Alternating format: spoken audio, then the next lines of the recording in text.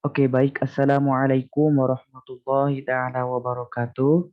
Perkenalkan, nama saya Wandi Nuroni dari kelas 4301 dengan NIM 6705 1940 95. Di sini saya akan menjelaskan jurnal modul 6 praktikum antena, yaitu perancangan dan simulasi antena wire menggunakan software CS Studio Suite ya. Sini saya akan melakukan praktikum ya, membuat rancangan antena dipol. Ya, jadi antena dipol itu merupakan antena yang terdiri dari dua buah kawat yang terpisah satu dengan yang lainnya, yang berfungsi sebagai antena pemancar dan akan dihubungkan dengan sumber tegangan dan berfungsi sebagai antena penerima.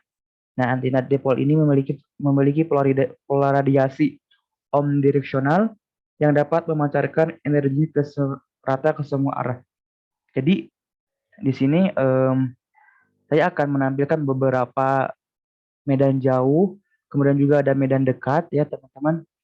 Di sini untuk medan dekatnya ada PSWR ya. Ini PSWR. Nah, PSWR ini merupakan suatu parameter ya yang digunakan oleh antena, yaitu voltage standing wave ratio.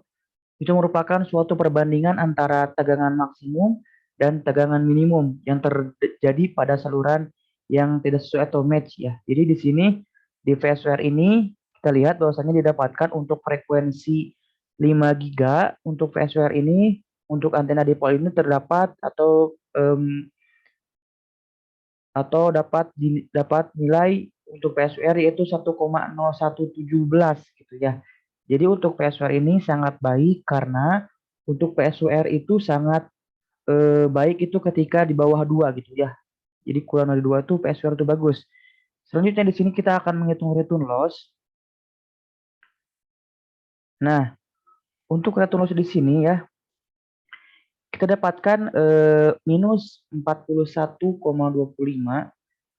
Bahwasanya untuk return loss ini sangat baik juga karena return loss ini merupakan suatu besaran daya pantul ya, faktor refleksi yang disebabkan oleh tidak matchnya bebas ya, tidak matching bebas dengan transmission line gitu ya.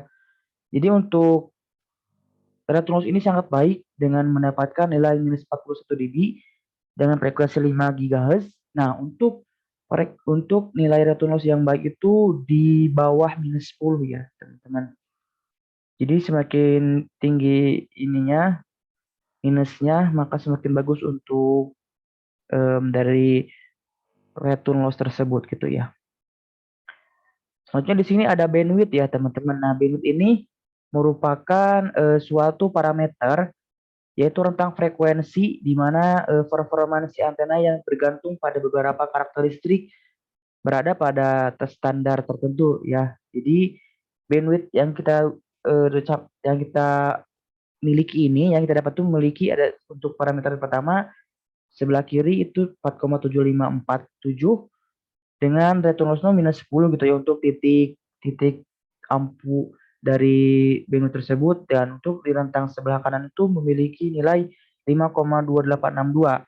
Nah, kita ketahui bahwasanya untuk menghitung bandwidth itu yaitu eh, FH dikurangi FL gitu ya. Jadi untuk menghitung bandwidth itu FH dikurangi FL.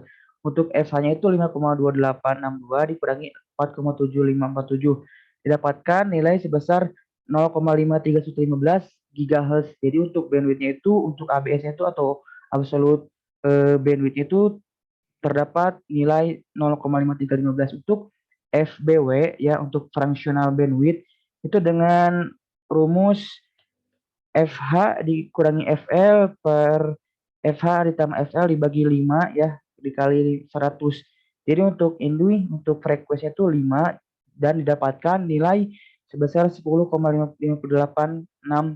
Jadi untuk bandwidth ABS didapatkan nilai 0,53115 GHz.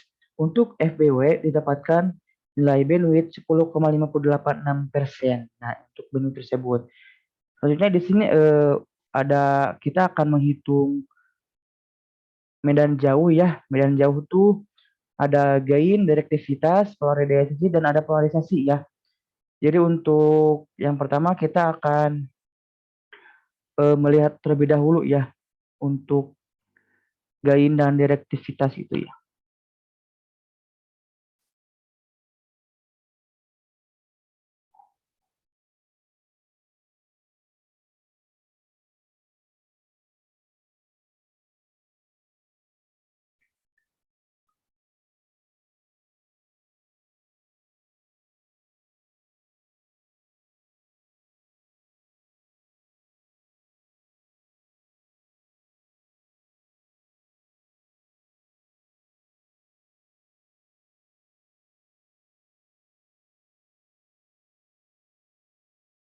Nah, untuk gain tersebut, nah ini di sini ada gain sebesar 2,163 dBi. Nah, ini merupakan gain ya teman-teman. Nah, ini untuk bola bulat yang ini merupakan direktivitas dari antena ya teman-teman. Gitu ya. Nah, direktivitas antena dan gain tersebut didapatkan bahwasanya 2,163 dBi. Nah, ini untuk pola radiasi ya dari suatu antena dipol ini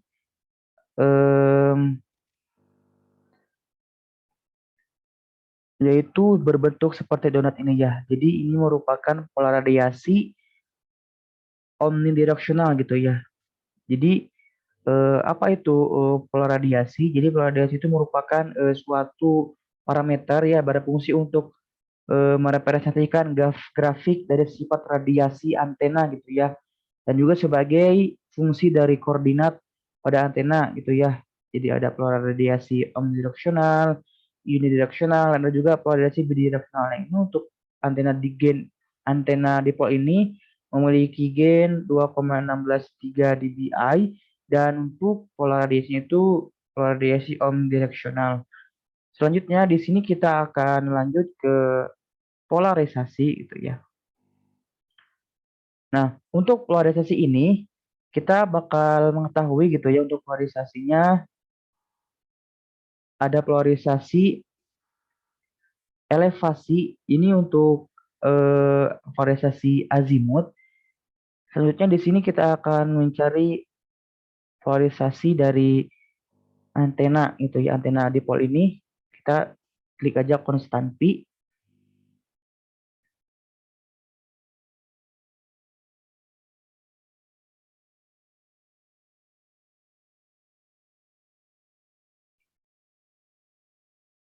Nah, ini merupakan pola radiasi ya yang tadi ya. Yang tadi ini untuk pola radiasi omnidireksional, yang ini untuk pola radiasinya yang berbentuk konstan pi gitu ya.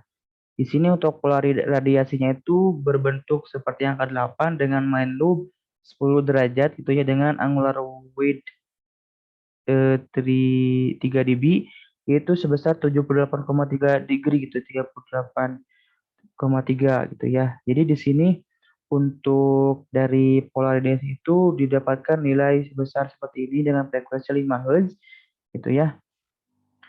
Dengan tadi pola radiasi itu berbentuk omnidireksional. Sekarang kita akan lanjut ke polarisasi gitu ya.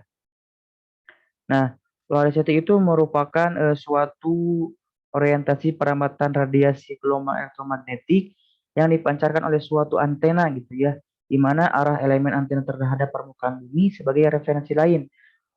Jadi polarisasi antena itu ada polarisasi linear, sirkular, dan elip. Nah, untuk polarisasinya kita akan lihat gitu ya teman-teman di ininya di praktikumnya.